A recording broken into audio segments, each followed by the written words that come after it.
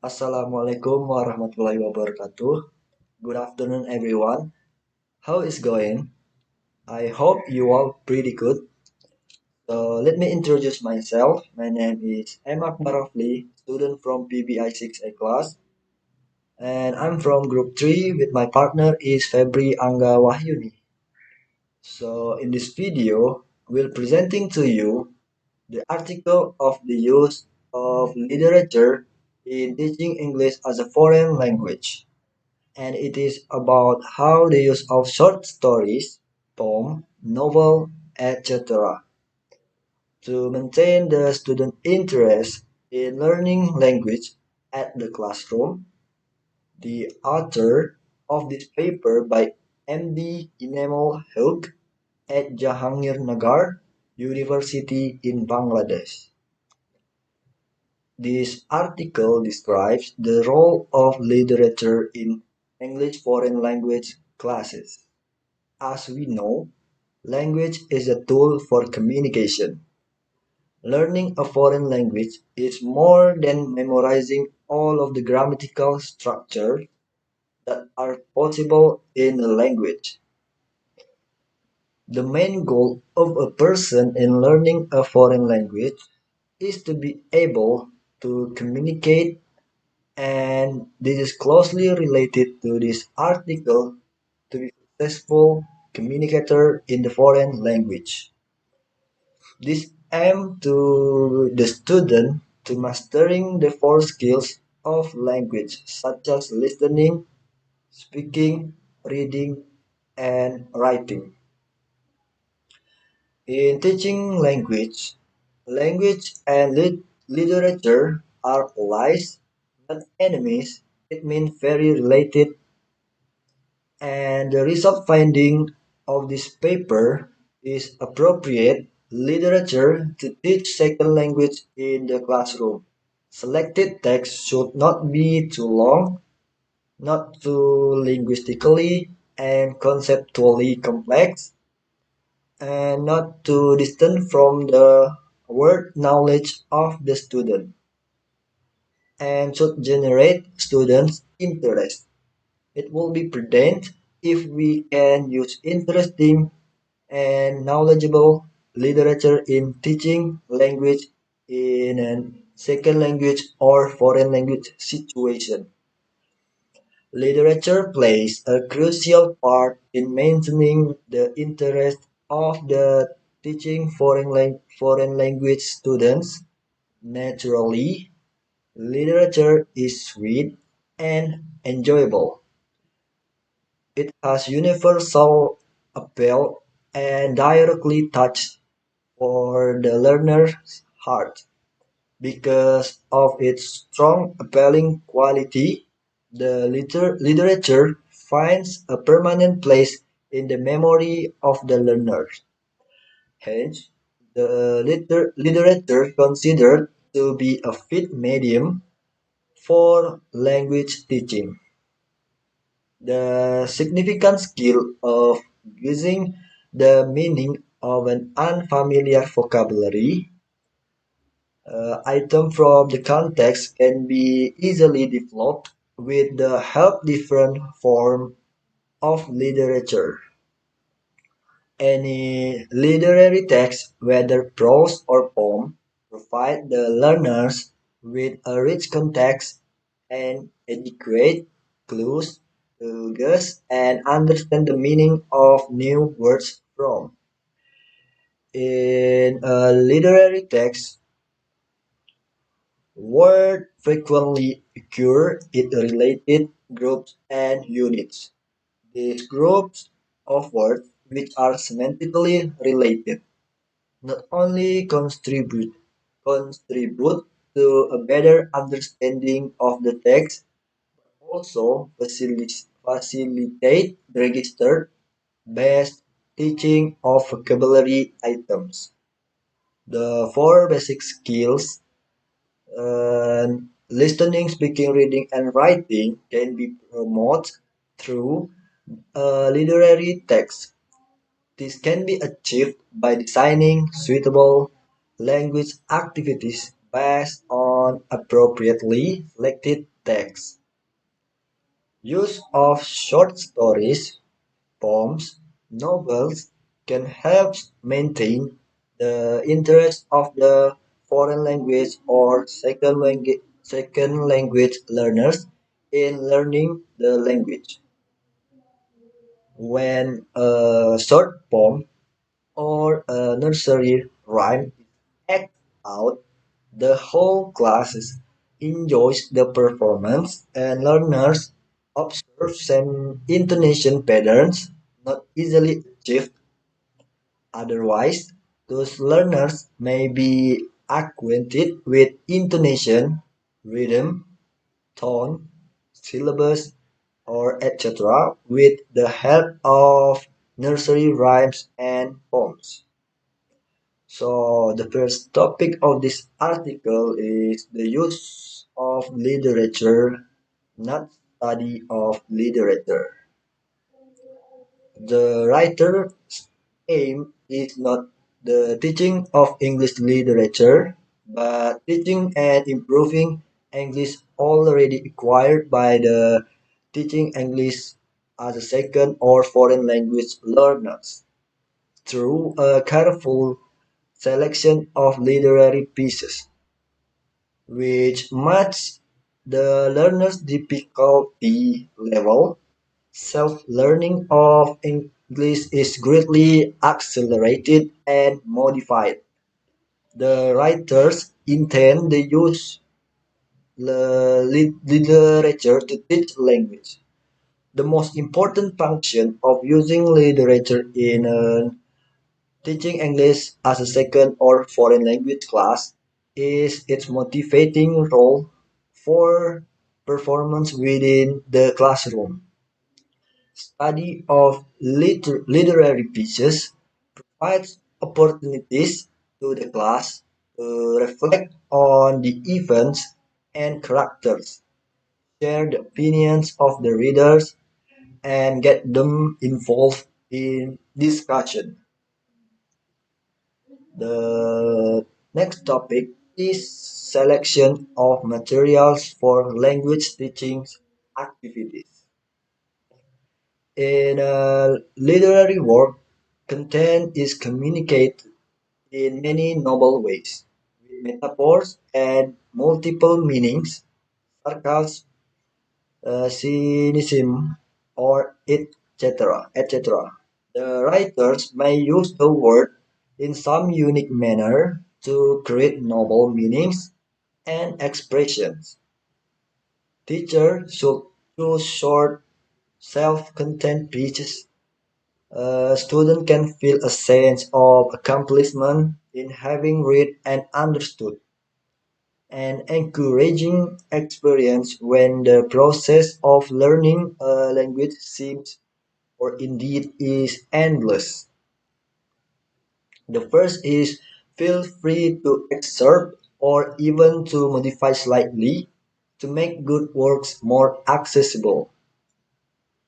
And the second is concentrate on universal themes such as love, war, nature, and death.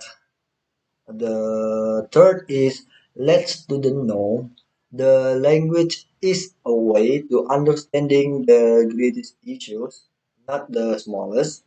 And the last is don't be afraid to include some difficult elements or new vocabulary. The next topic is role of teaching translated first language literature.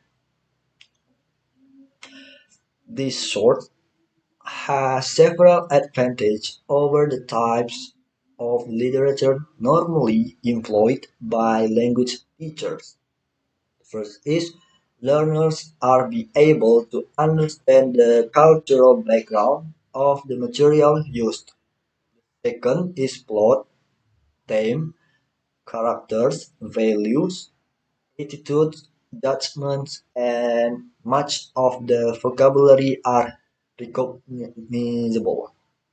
The last is foreign or second language acquisition. Study has shown the materials orgi- originating from student first language culture greatly increase comprehension and retention of a second language. For example, changing English names into Indonesian for Indonesian English foreign language students. The next topic is nursery rhymes in language classes.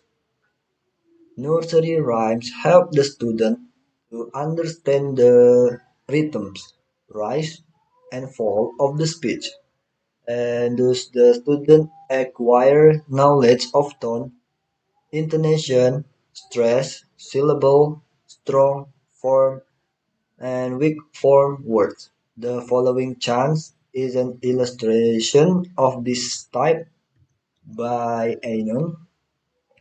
The chant is Whiskey Frisky, Hibbity Hop, up he goes to the top. Whirly twirly, round the round, down the scampers to the ground. Furly curly, what a tail, tall as a feather, broad as a sail. Where is his supper? In the shells, snappy cracky, out it fell. So I think is chance you have to make the tone and intonation still balanced and can control your stress of the sound of whiskey frisky hippity hop off he goes up he goes to the top. I think you can have to control the stress intonation the tone of that sound and very enjoyable way of learning to say English word and sentence is through chance. Primary and upper classes enjoy repeating rhymes. The learners can be practice pronunciation through chants. So the chants is listen to me. I am listening. Listen to me. I am listening. Listen to me. I am. I am. Answer me. I will. I will. Answer me. I will. I will. Tell me the truth. I will. I will. Tell me the truth. I will. I will. Don't tell a lie. I won't. I won't. Answer me. I will. Listen to me. I am. So by the writer by Graham at 1979. So the next is tongue twisters also have a role in practicing sound of difficult English words or sound which learner cannot articulate easily. Tongue twister like the following contrast the sh and ch sound. So the chant is she sells seashells on the seashore, but the seashells that she sells are not seashells of that shore. Or the sick, shake, sick ship is sick, but written by Negrech in 1996. Okay, the next topic will be continued by Febri Angga Wahyuni. Poetry for teaching second language or foreign language. Poetry is an expression of emotion that writing in the words. with beauty and good sounds. Poems are musical and sweet to hear. The poems to be taught should be recorded and then played for the benefit of the learners. The learners may be encouraged to listen to recording as many times as possible. This will not only give them a feel of the music present in the poem, but also provide them the much needed exposure to the sounds of target language. This is fact that speech practice may follow listening practice. We should let the learners recite the poem in course, then in groups and at least individually. This will enable them to have practice with the target language, the sounds, in the meaningful way. Also, the learners in a discussion in the class can ensure the practice. After they have learned the poem and get a overall message, they may be as evaluate questions. Initially, the learners may be asked to find justification for their answer from within the text, and at the next step, they may be allowed to justifications from the outside the text. This will encourage natural and spontaneous speaking in the class.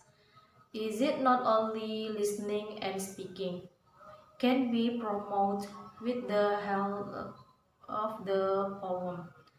Reading and writing can also be promoted. Students need to make a decision about the connect or the learners. The zipper of metaphor and other poetic devices used by the poem convert them to ordinary language syntax. Comprehension of meaning of a poem is more intricate than the comprehension of the ordinary text, either in story form or in business correspondence. And the next is using poems for developing receptive skills. Teachers like to bring poetry into the classroom because they believe that is it important and motivating for students to work with authentic texts. They may find that poems work well because is it possible to work with a whole text and sometimes with more than one poem in the same lesson. This can be achieved successfully at any post-beginner level. So long as the poems are selected with care and with the needs, interest, and language level of the students in mind. Two things should be remembered. The first is active listening to the recitation, and the second, active reading of the selected poems. Active listening to the recitation. This is crucial for students to be able to get a feel for the rhythm and sounds of a poem, more so than for most pieces of prose. This isn't always easy in a second language, and so listening to their teacher read the poem or to a professional recording, perhaps by the poet or by an actor, is it essential. With any listening activity, students will need some kind of preparation and task so that they can be actively engaged. They might be asked to check predictions that arose from a warm-up discussion to compare their subject rhyming couplets with the points, or to identify stressed words and syllables. You may also want to get your students to listen to recorded or live discussion about poems. This can, for example, take the form of a couple of teachers or a group of students giving their views on a poem, or even an interview with the poet. And then active reading of selected poem.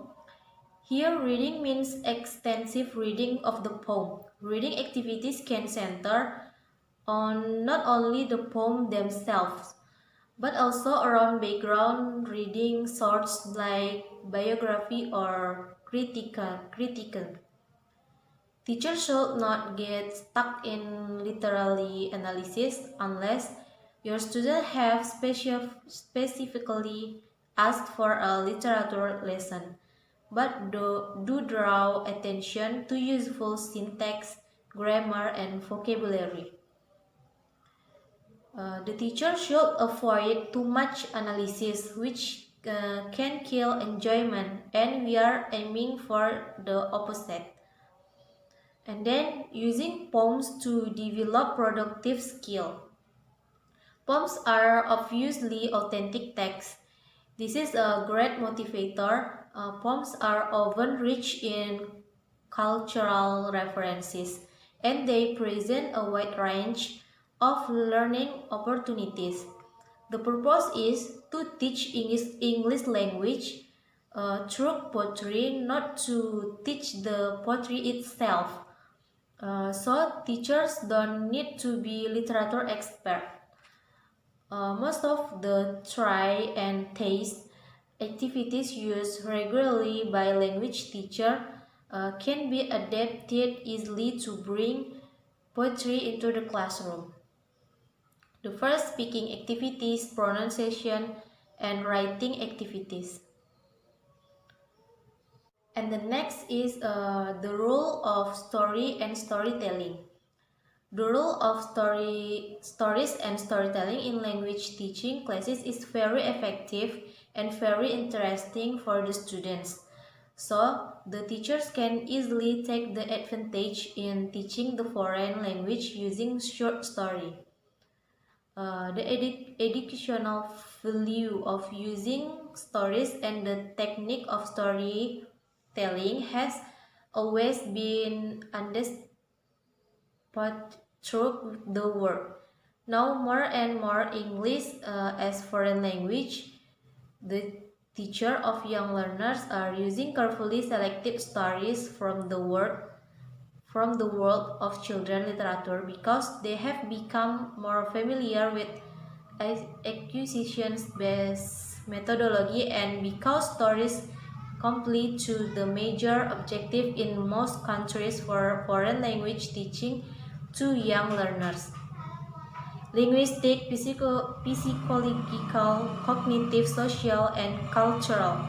EFL learners, the teacher use story to supplement their core material to create self-contained units of words that constitute mini syllables.